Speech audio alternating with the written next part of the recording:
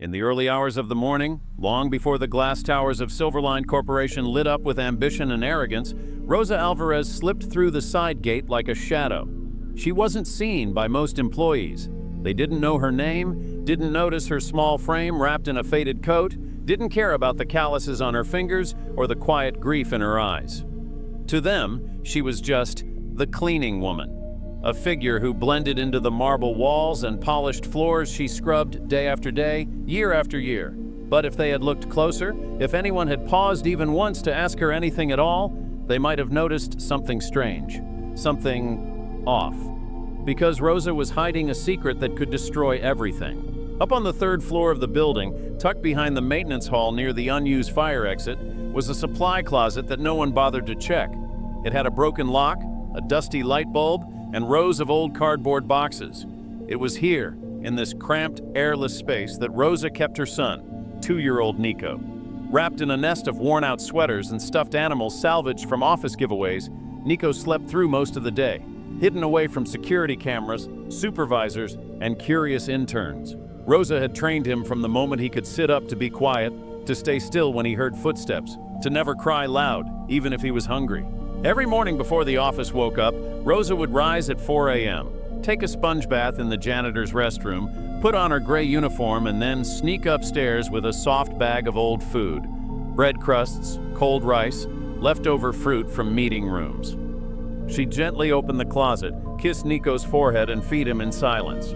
When he smiled at her with sleepy eyes and a sticky chin, it gave her just enough strength to survive another day in a world that didn't care if she did. But Rosa hadn't always been a cleaning woman. Once she had been a nurse in a small clinic in the countryside, married to a kind man named Diego who worked construction in the city.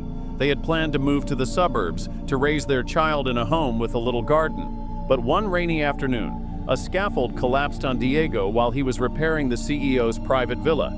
The company never took responsibility. There was no compensation, no apology, just a letter stating he had ignored safety procedures and a coffin delivered with no ceremony. From that moment on, Rosa stopped believing in justice. She lost the house, the clinic job, and nearly lost her mind. With no family left and a newborn in her arms, she had no choice but to take the only job she could find, cleaning the very company that had destroyed her life. And yet, even then, she told herself she'd keep her head down, do her work, and keep Nico safe. That was all that mattered now. Silverline Corporation was not a place for the weak.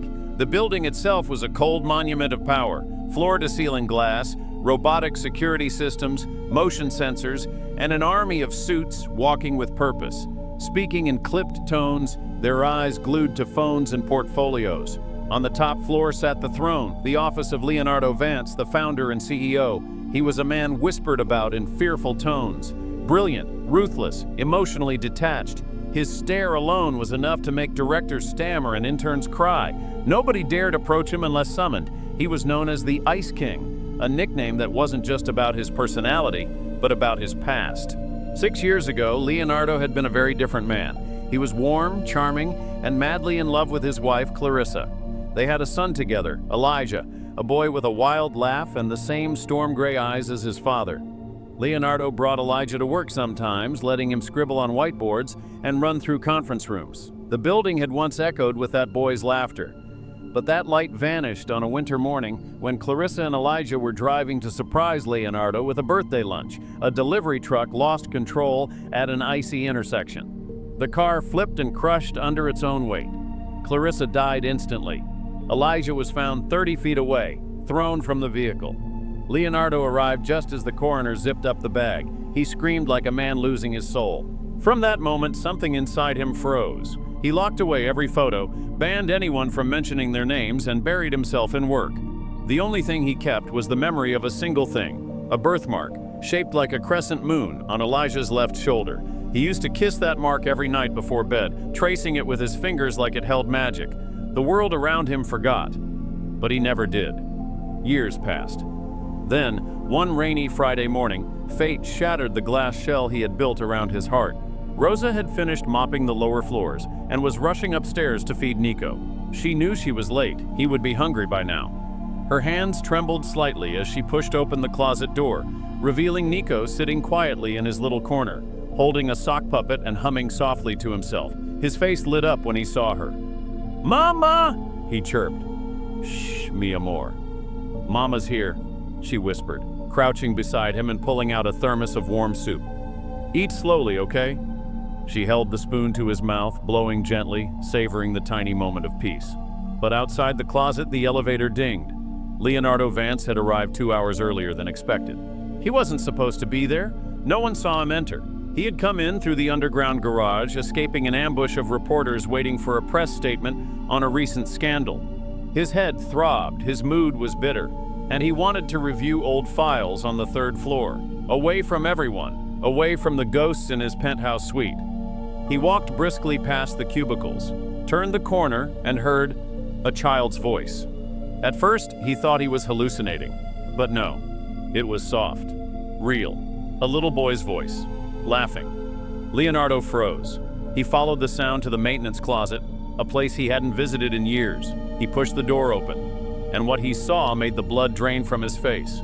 A woman, on her knees, a baby in her lap, a bottle of soup spilled on the ground, and on the child's bare shoulder, just beneath the collar of his shirt, was a mark, a birthmark. His breath caught. It was the same size, the same shape, a perfect crescent moon. His vision blurred, his body refused to move, his heart screamed but made no sound.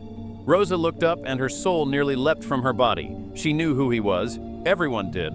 Leonardo Vance, the man who signed her paychecks, who ruled from above like a god no one dared look at. Now he was standing in front of her, staring at her son like he had seen a ghost. What are you doing here?" she stammered, her body shielding Nico instinctively. Leonardo stepped forward. His voice, usually sharp and cold, was low, distant. "What's his name?" he asked, barely above a whisper. Rosa hesitated. Every instinct told her to lie, to run, to scream, but something in his eyes stopped her. "Nico," she said softly. "His name is Nico." Leonardo's eyes didn't blink. "Where did he get that mark?" Rosa frowned. "He was born with it."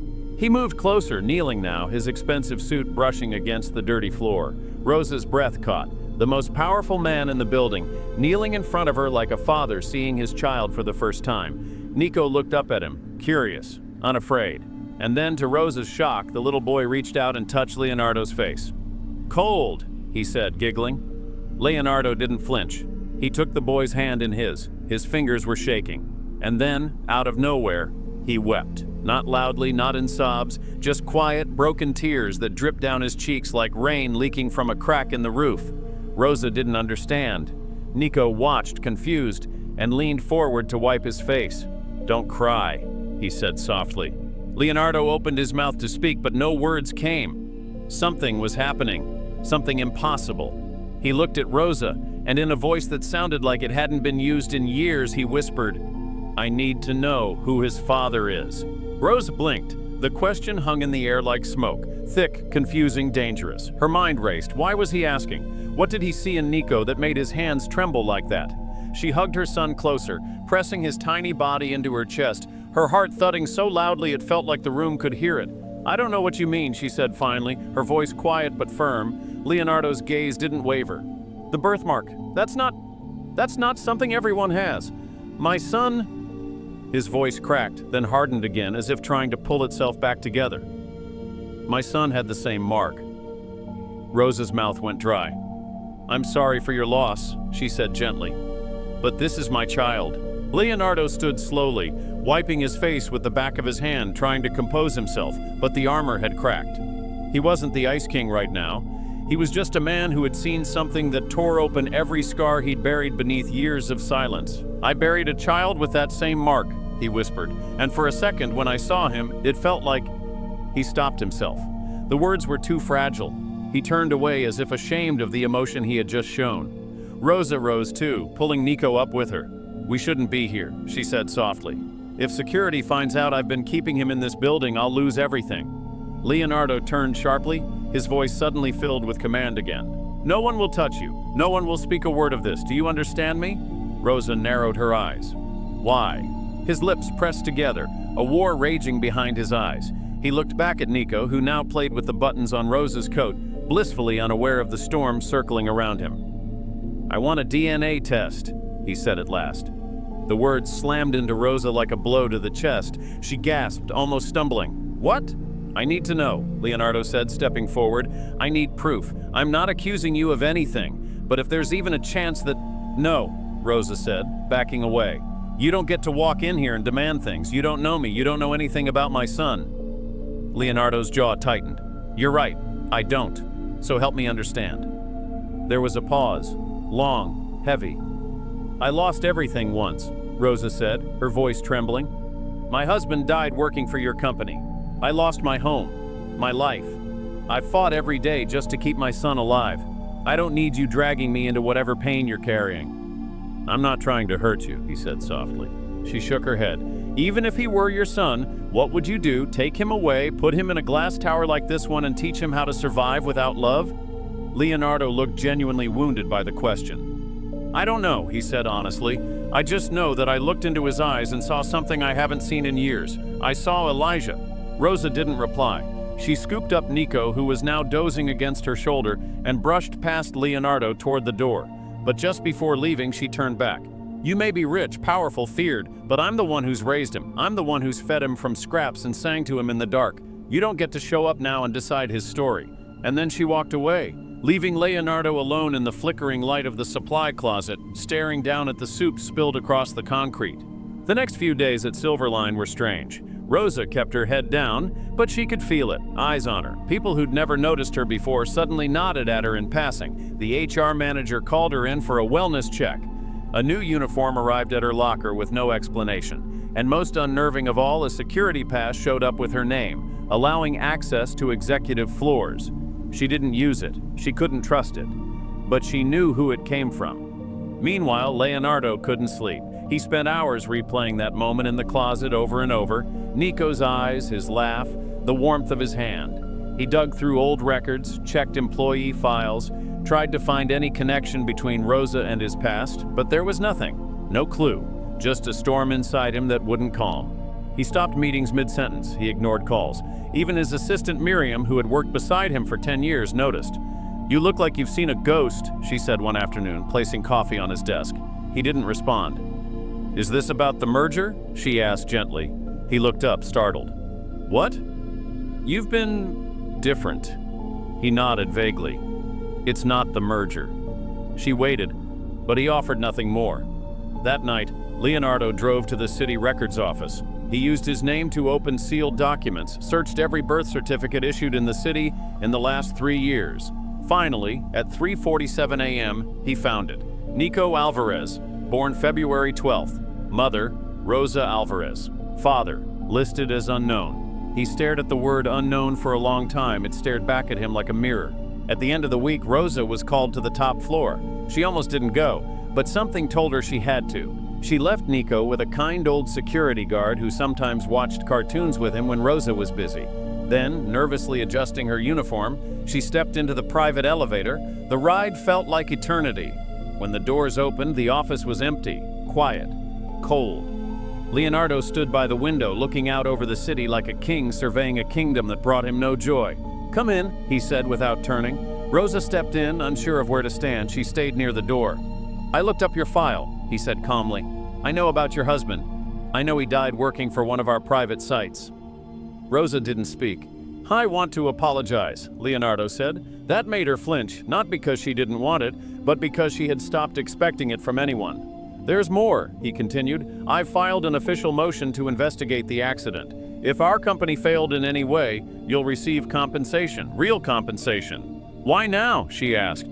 Because I should have done it years ago, he said simply. Silence. And Nico? She asked, folding her arms. I still want the test, he said, but I won't pressure you. I need to know. Rosa looked at him long and hard. For the first time, she saw not just the CEO, but the father, the man who had lost everything. Then you'll wait, she said. If he's yours, you'll know when the time is right. But until then, stay away from my child. Leonardo nodded slowly. But inside, he knew. He already knew. To be continued. If you want more stories like this, write part 2 in the comments, and I'll bring the next one.